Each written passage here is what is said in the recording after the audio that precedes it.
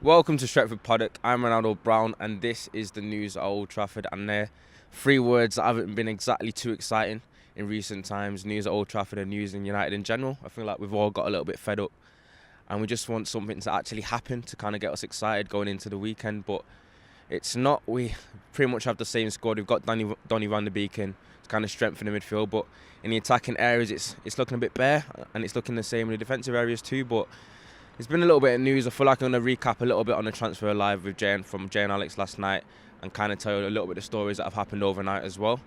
And that's pretty much what I'm going to do today. But I know it's not been the best time in recent times. I know we're all getting fed up, but got to keep the faith, keep the hope, and hopefully pull something through in the last couple of weeks of the transfer window. But that's it, and let's get into the first bit of news. The first bit of news is Watford right winger Ismail Salah, and United have apparently confirmed interest last night in him as an alternative to Jadon Sancho. I know that we don't want really an alternative to him, but it would help if we actually look for one with the transfer window kind of bearing down to its last couple of weeks or so, and we still haven't got an attacking kind of option that we've signed, and it could actually put a little bit of pressure on the likes of Greenwood, Marcus Rashford and Martial. So it's pretty much about time that we do look for an alternative, and this isn't a bad alternative at all, with Miguel Delaney, which is I think a writer for the Telegraph, saying that United is interested in Ismail Salah, who's seen as an alternative to Jadon Sancho. It would likely take a fee of at least £30 million to sign a player from Watford whose hand has been weakened by relegation. It's been reported that it would likely take a fee of at least £30 million to sign a player from Watford whose hand has been weakened by relegation, and that is exactly the bit that I was kind of interested in. Pretty much the fact that Watford have been relegated, and it usually obviously weakens the hand, as you've been said, and it usually means that you could get a little bit of a bargain and you could get the player for a little bit cheaper, but £30 million seems like a reasonable price, and it's probably the price you'd expect from a team that did pretty much pay quite a lot for him to sign him from Rennes.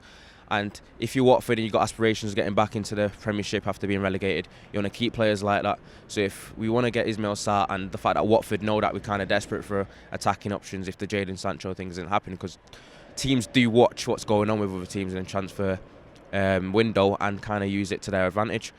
And if we want to sign a player, that's pretty much the money that we're going to have to fork out, and forking out the money and paying for players that you want to sign seems to be quite a problem for United at the moment. But I know we don't really want to see alternatives to Jadon Sancho. Jadon Sancho is the man that we want to get.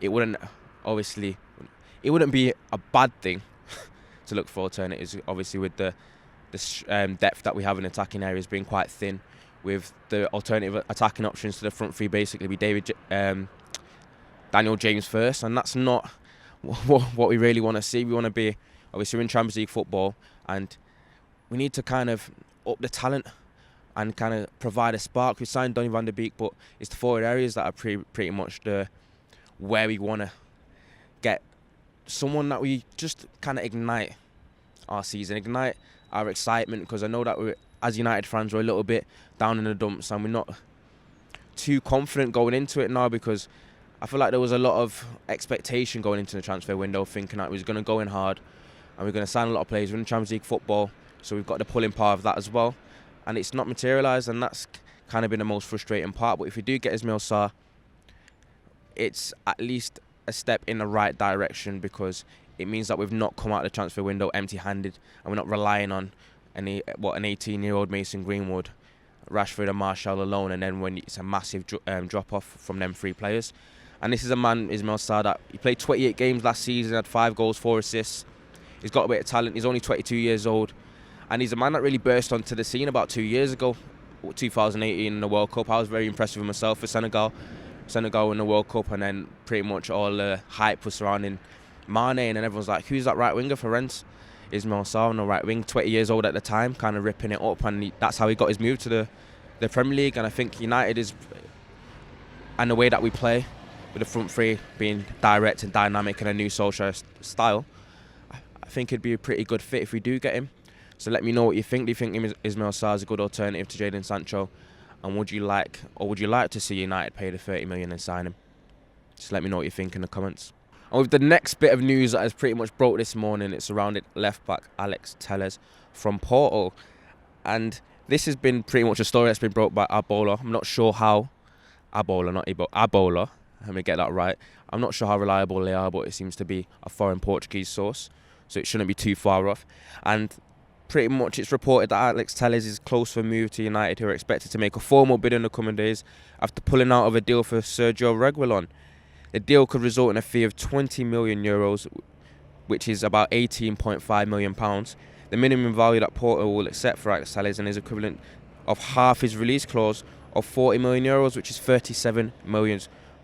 And pretty much he's being shot by Porto because it's been reported that Porto are unable to meet the salary demands of €4 million annually, the equivalent of £71,000 per week, till his deal runs out in 10 months' time. So my first instinct of reading that is it's good that we're looking for an alternative straight away, and Alex Tellez looks like we can actually make a forward approach to him after losing out with Sergio Reguilon, which has obviously annoyed all United fans, including myself.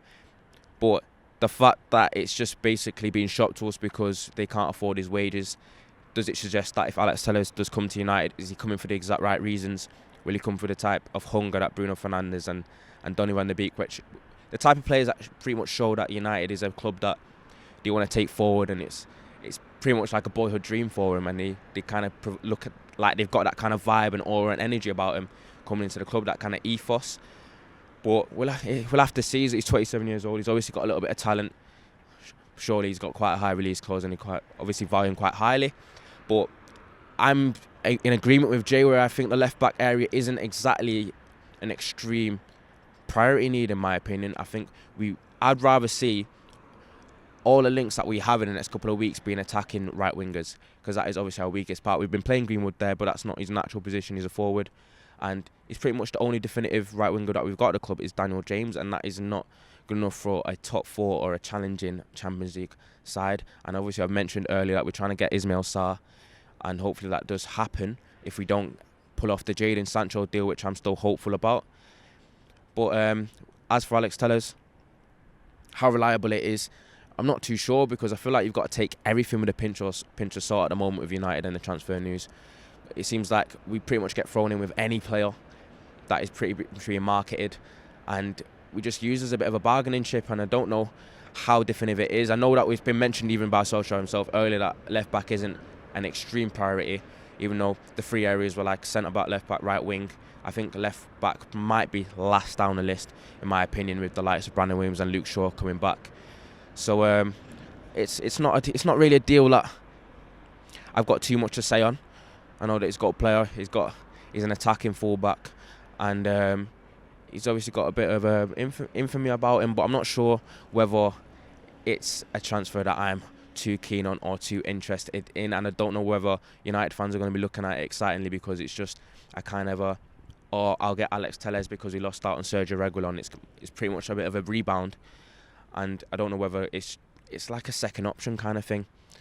And the fact that we are losing out, we've seen how we've lost out with Thiago to Liverpool seemingly, we've lost out with Reguilon to Tottenham, and it seemingly looks like we've lost out on Bale, even though I'm not sure how keen that interest was to Tottenham as well.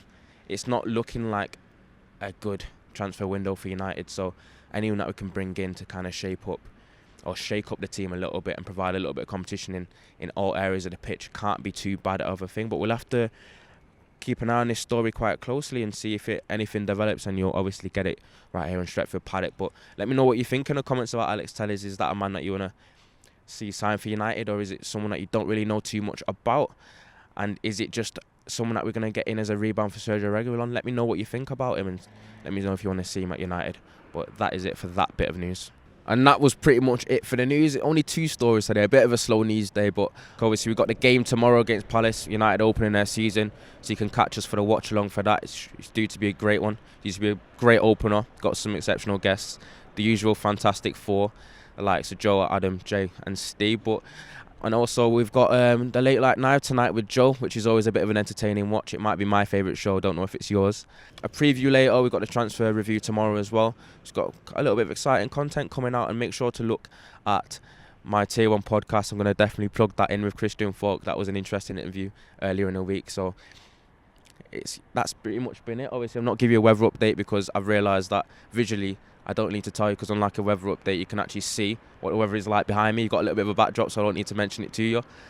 But that's pretty much it for me. This has been Ronaldo. This is Stretford Paddock. That was news at Old Trafford, and I'll see you next time.